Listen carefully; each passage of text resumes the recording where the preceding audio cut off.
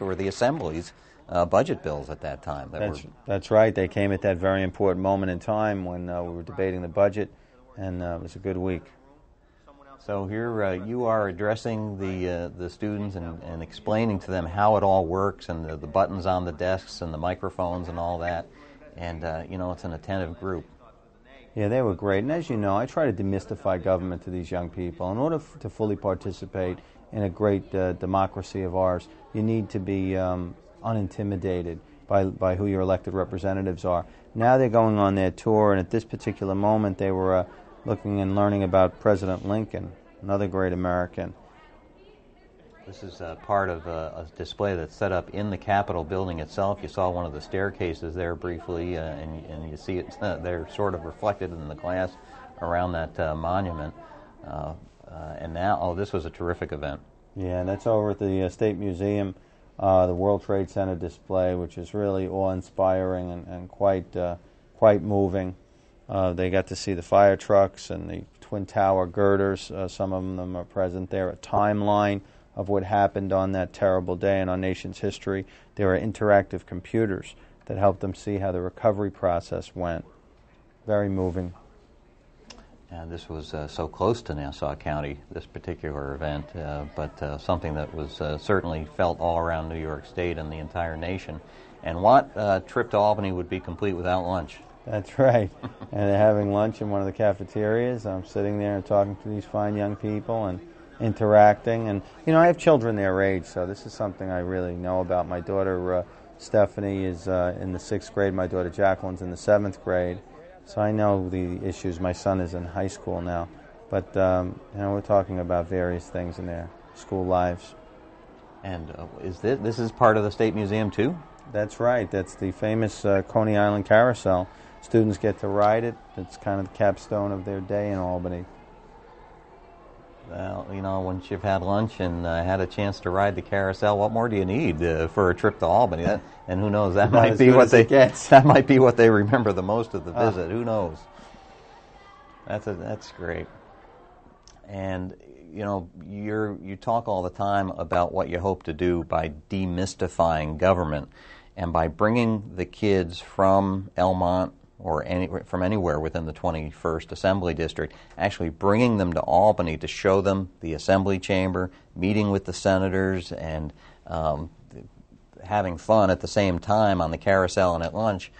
It really does kind of take the veil away, doesn't it, of how funds go to their schools, things like that. That's right, and just them realizing that their elected representatives are just like their parents, just like their aunts and uncles, from the president to the governor to the state legislators. We're human beings with families, some of us are, have other careers, and it makes us more human and more approachable. And when I'm in the district, so help me, these kids approach me and they know me and they speak with fondness as to my participation in their lives, and it's just a wonderful thrill. When I'm with my kids at the mall, they come up and say hello because they know. That's part of the lesson. The lesson is we're not some unreachable people who sit on Mount Olympus and dictate to them. It's the opposite. We're elected by their families to help represent them and to make this state a better place for them and their families. So that's what it's all about. We got a couple more events from the school community to showcase here on today's edition of Assembly Calendar with Tom Alfano. We now go to one of the high schools, Elmont Memorial, and their production of Aida. This is an amazing, amazing production. To see this, when I saw this, I thought I was seeing something that was quite above a high school production. A smashing success for the high school. Sellout crowds every night. The Elton John and Tom Rice adaptation of the famous love story. Eileen Kramer, the music department, directed the show. Students practiced for months. And did a magnificent job. You can see that they practiced for months. This is not something that you put together, real quick by the end of the week. This is something that a lot of work went into when you think about not only the staging and the production, but we've seen costumes already, staging, and of course there's the musicianship that goes into it. It's just well done. The three leads were Lena Dorner, Guy Leone, and Kimberly Waters, and the talent of all of the participants was quite evident to all of those who saw the show. I understand some of the students even went to Broadway and talked to actors and actresses as they were getting ready for this production. It was just really well done. Again, what an awesome learning opportunity for the kids to find out how things work, whether it's coming to Albany and finding out how government works, or going to Broadway and finding out really how a play gets put together. And the students actually did several special performances for community seniors, and certain selections were done at Black History Month celebration that we had in the district. This is, again, as you look at this, and we're just, I wish we could show you the full production, but you had to be there to see this, ladies and gentlemen. But you see these snippets that we took from the full performance, and you can see the effort that went into it, the love that went into this production too. Everybody was very enthusiastic about what they were doing here. And then there's the curtain call. And they also had a playbill that was produced, as they do on Broadway, and it lists the biographical sketches of each of the students, and it's amazing how many activities these kids are in. One of the things we've talked about is in past programs is how it doesn't have to be just the reading and the writing and the arithmetic. The things like a play production, there is so much that students take away from that about leadership and about being part of a team. It's much along the lines of being part of a sports program. When you can learn, when you can take part in a production like Aida, the things that the kids take away is unbelievable. That was just great in every respect. It's just another way that we're doing a great job educating these young leaders. And just enough time to get to our last event of this particular program, and that takes us to Sewanhaka High School. And this is International Night. Tell us a little bit about what we're seeing here, Tom Alfano. Well, it was an evening of song and cultural diversity, celebrating it at Sewanhaka High School. You could see that the students perform songs, dances, and readings, and which display their ethnic and cultural backgrounds. It was a packed house at Sewanhaka that night, Mike. And we're talking again, sort of a talent night of sorts. People got a chance to, put on a display of what they can do. Right, and the night began with a PowerPoint presentation of leaders and role models and their own ethnic backgrounds.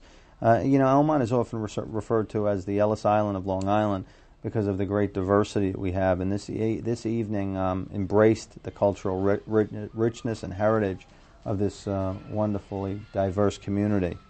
Look at the singing and the dancing that's going on here, and I think you're getting a good idea of all that is happening at the school and throughout the community, and that is what always ends up to be the running theme throughout all these programs is how the communities and the schools all interact together and are able to compound upon each other and help out, the fact that you're working together. It goes back to that sign that we saw posted in the high school, together we can do so much. That's right. One of my interns, Willie Williams, who's the vice president at Sewanhaka, played a large role with his colleagues in coordinating this event.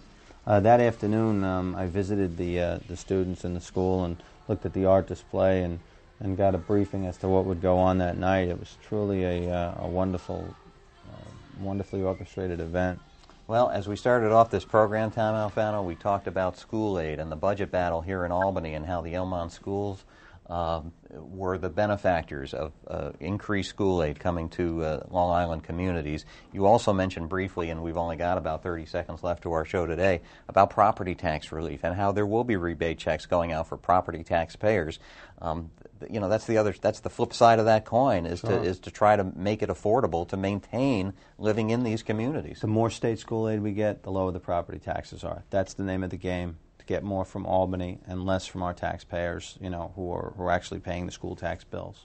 Yeah, so that is a fight that will be continuing on here at the state capitol in Albany, and Tom Alfano is the guy that is waging that battle for you folks that are watching this program throughout the Elmont community.